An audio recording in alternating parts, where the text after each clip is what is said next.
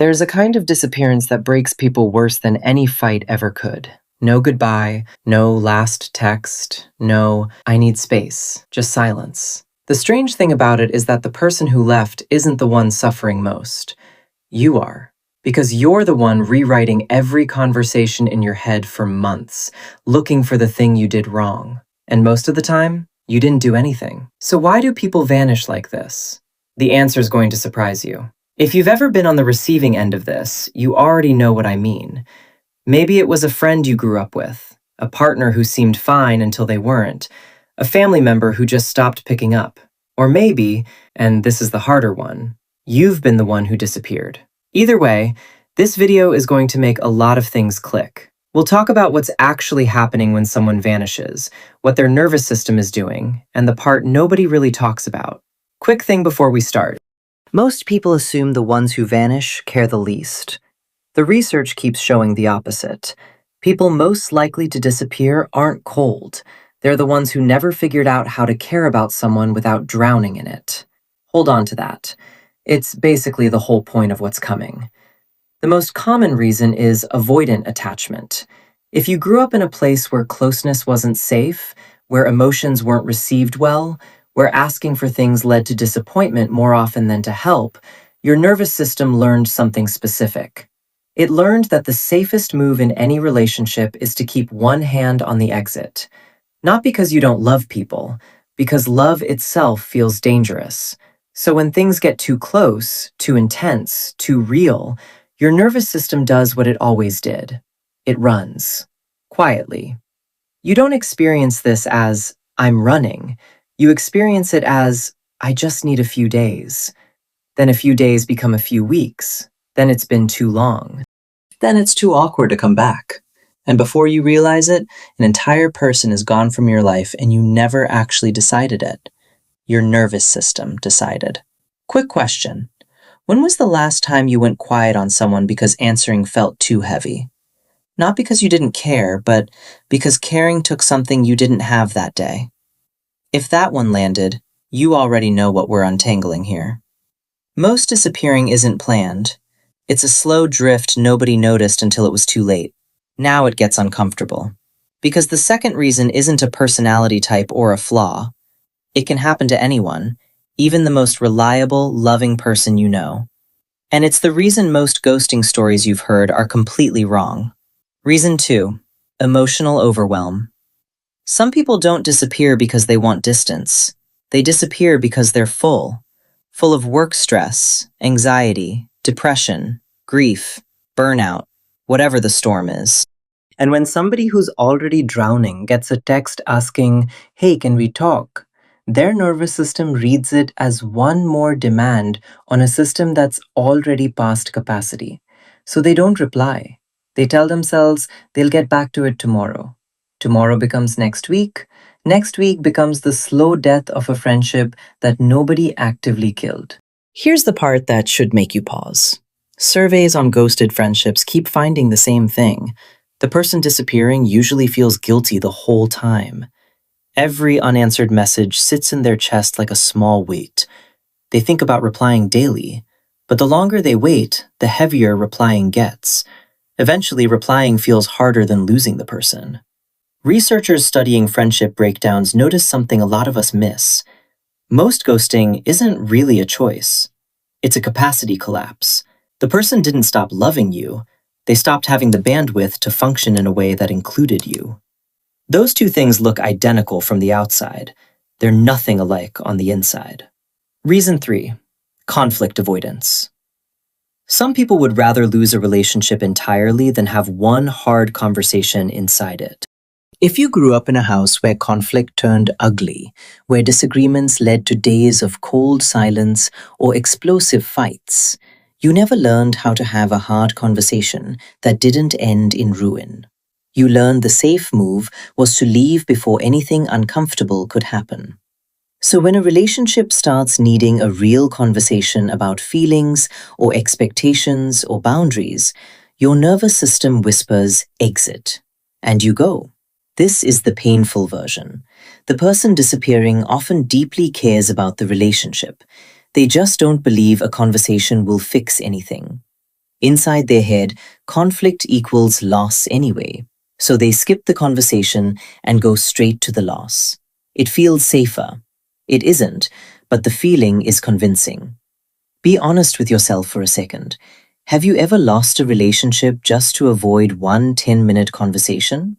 If yes, you already know how the script in your head sounded. It usually goes, if I bring this up, it'll be worse. That single sentence has cost a lot of people more than they ever realized. If any of this is hitting close to home, hit subscribe, quietly, no big gesture. The next two reasons are the ones almost nobody talks about, and they explain the disappearances you've been trying to make sense of for years. Reason 4 especially. Once you see it, you start noticing it everywhere. In yourself, in people around you, maybe in someone who vanished on you 10 years ago and you still haven't stopped thinking about it. Reason 4, the shame spiral. This is when someone disappears because they think they've already failed you in some invisible way. They didn't reply fast enough. They missed your birthday. They forgot to ask how a hard week went. And instead of repairing the small thing, their brain does something brutal. It tells them they're a bad friend, a bad partner, not enough. So why even try? The shame gets so loud that showing up at all feels like exposing the failure. So they go quiet. Not because they don't love you, because they love you and feel they've already let you down. Disappearing becomes their way of protecting you from the version of themselves they've decided you'd hate. It's twisted, but if you've ever felt it from the inside, you know how real it feels. The part that genuinely got to me when I started reading about this, from the outside, this looks identical to they don't care. Inside, it's the opposite. It's caring too much, mixed with believing you're not worth caring about. Quiet trauma builds entire lives in this corner of the mind. Reason 5. They're being protected by their own pattern. Some people disappear because somewhere along the line, leaving became the only way they ever felt in control. Maybe they were the one always left first as a child, so now they leave preemptively. Maybe every close relationship in their past ended in unpredictable ways, and disappearing is how they choose the ending before the ending chooses them. It looks like coldness from the outside. From inside, it's a small, sad attempt at not being hurt first. Here's a thought experiment. If a person who disappears has been doing it their whole life, who taught them to? Because nobody is born believing the safest exit is silence. That lesson got installed somewhere. We're not wrapping up yet. The most important part of this video is what comes next. What disappearing actually costs the person doing it. Nobody wins here. Not the one who left. Not the one who got left. Let me show you what years of disappearing build up to, because it's worse than most people imagine. Studies on long-term avoidance behavior show that people who default to disappearing tend to experience higher rates of loneliness, lower relationship satisfaction across their lives, and a strange kind of guilt that compounds over time. Every disappearance leaves a small, unfinished story they carry forever. Eventually, those unfinished stories add up to a quiet, persistent feeling that they've left a trail of people behind them and they don't really know how to find their way back. If that's hitting and you recognize yourself, take a breath. You're not a bad person. You learned a pattern that worked for survival when you didn't have other tools. The disappearing wasn't malice. It was the only door your nervous system knew how to use. Research on attachment and avoidance estimates that as many as 1 in 4 adults default to some form of disappearing under emotional pressure. Most have no idea they're doing it. They just call it needing space, over and over, for the rest of their lives. Here's the part that matters. You can learn other doors. The next time you feel that pull to vanish, try one small thing. Send a sentence. Not a fix, not a whole explanation. Just one honest sentence. Something like, I've been overwhelmed and I'm sorry I went quiet.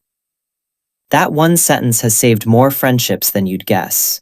And more importantly, it slowly teaches your nervous system that staying is also an option, not just leaving. If you're the one who's been disappeared on, this part is for you. The silence you got from that person was almost never about you. It was about a part of them they never figured out how to manage. Knowing that doesn't fix the loss, but it might soften the story you've been telling yourself about what's wrong with you. Because the answer is usually nothing. The hardest thing about disappearing is that it leaves two people writing very different stories about the same ending. One thinks they were a burden, the other thinks they were too much. Neither is true. Both people deserve a softer ending than the one their nervous systems handed them. So here's the question I want you to sit with. The next time a relationship gets really hard, the kind of hard that makes you want to vanish, what would it look like to stay one beat longer than usual? Not forever, just one beat. Just enough to say what's actually happening. That tiny moment might be the thing that breaks an entire generational pattern of silence in you. Don't underestimate how much one sentence can hold.